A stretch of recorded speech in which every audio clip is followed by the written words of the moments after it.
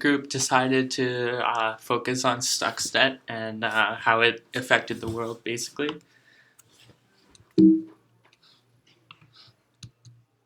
So what is Stuxnet?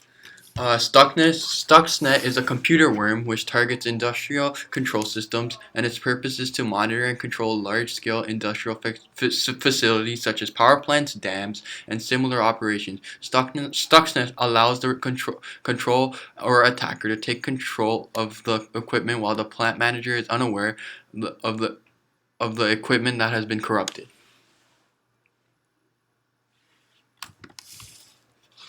Ever since Stuxnet was first discovered, there have been many questions and theories as to who would create such a program. It seems very unlikely that a single person or entity is solely responsible for the amount of destruction created by a single computer worm, unless they have a vast amounts of money and influential power. But it has been theorized that Stuxnet was created as a joint effort by the United States and Israel. Although neither country has confirmed nor denied any involvement about the creation of such a malicious worm, even though neither country has confirmed to being part of the creation of the Israeli and American countries, are still considered prime suspects since Stuxnet contains references to the Hebrew Bible, and America is believed to be involved in this testing development.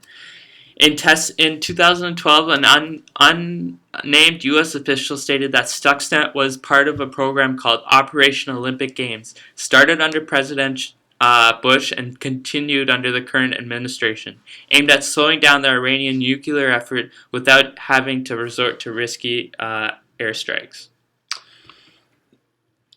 So basically, we went over that, and reports have shown that Israel and America are behind Stuxnet. However, nobody has come forth as of yet, and there are many theories as explained before, and yeah. So here are the security policies for organizations with Stuxnet. So when creating countermeasures to mitigate Stuxnet, it will always be possible to find a flaw in any solution, but it should also be even more difficult to find those flaws and exploit them in a comprehensive solution. This concept for a solution can be broken down to two different sets of countermeasures: prevention and reaction. Preventive countermeasures being designed to minimize the likelihood of a control system being infected by an attack. The reactive countermeasure is a second and equally as important phase to be able to prevent and minimize any negative effects to the control systems if the system does not get compromised. Both set of countermeasures should have passive and active components. Some preventive active countermeasures include firewall rules should be implemented to deny by default any outbound traffic from control system networks and control system zones. And last but not least, outbound traffic should be allowing only specific hosts to perform specific operations based on the company's needs. The creation of log data should be stored onto the device that creates data. Rather, log data should be created on a different device for pre- and post-event analysis. This helps minimize threats from hiding or altering the system logs. So some reactive passive countermeasures include security information and event management, or SIEM, systems should be installed to automatically analyze and relate to the data that is generated and stored in system logs and event journals throughout the control system network. You can implement passive vulnerability scanners, or PVS, on control system networks, which can be used for observing unusual traffic patterns, and compare this to previous patterns, which would provide an alert if any signal were not behaving like they normally would. Also, you could implement a SCADA, honeypot, or identical system on the same network that can be periodically scanned and tested, involving more aggressive methods of scanning and will not impact normal business operation. This has been widely used for several years by financial institutions and should be considered for protecting critical infrastructure. Some passive preventive countermeasures can include effective security policies and procedures, confirm that any unnecessary services have been removed and or isolated from important system, disabling of USB devices within a more secure control system zones, implementing software restriction policies, follow the software vendors recommendations when disabling any unnecessary services. This way, when a control system is attacked, by disabling removable media devices in a secure location, you can disable it without the threat of it gaining access to control systems. So damage caused by Stuxnet. Stuxnet does little damage to networks or computers that do not meet the specific configuration requirements. Stuxnet attacks on Windows systems using zero-day attacks.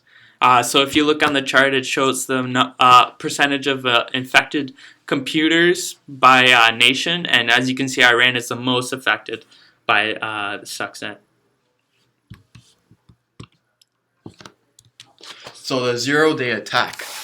The zero-day attack is a complete application vulnerability. This vulnerability is unknown. Hackers can take advantage of the security hole before anyone is aware of the vulnerability. When the user becomes aware of the hole, it is too late and the zero-day attack has done its job. The zero-day attack is effective because it provides no opportunity for detection. In figure 1.1, or the figure to the right, you can see an example of a zero-day attack.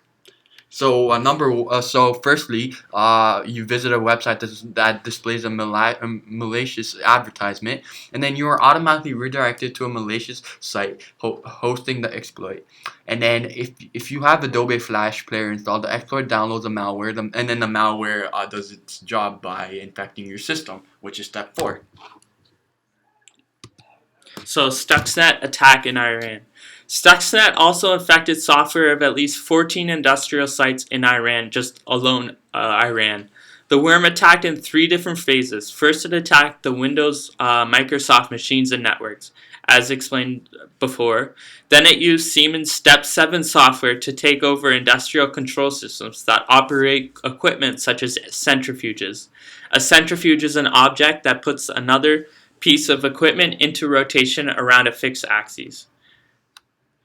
Since the Siemens Step 7 software is Windows based, the worm was able to take over the programmable logical controls. Now the people using this worm could keep an eye on what Iran was doing in its nuclear power plants. Even more than just spying on Iran's power plants, Stuxnet could also cause a fast spinning centrifuge to break down without the plant even firing off any warnings whatsoever. Since Stuxnet can spread through a USB device drive, one may not necessarily know that the USB drive that they have contains the malware. This can lead to Stuxnet being spread onto local area networks without people knowing. The first glimpse of Stuxnet was in June 2010. A malware detection company in Belarus got a request from a user to determine why its machine were restarting over and over again. The malware looked legitimate because it appeared it had come from a reliable company.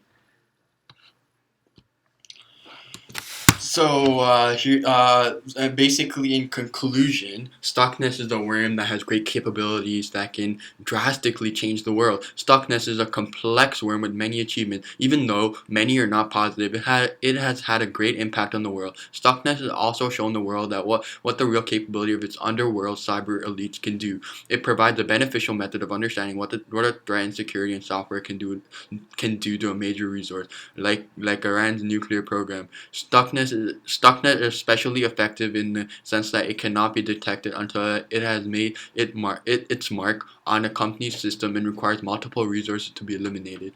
Flame, another malware similar to Stuxnet, also was an effective malware because it had the capability to view and steal data from any Bluetooth-enabled devices. So basically, companies should be aware of their vulnerabilities and the threats that can affect them. And the Iranian nuclear plant just weren't aware of Stuxnet affecting them, and they weren't prepared.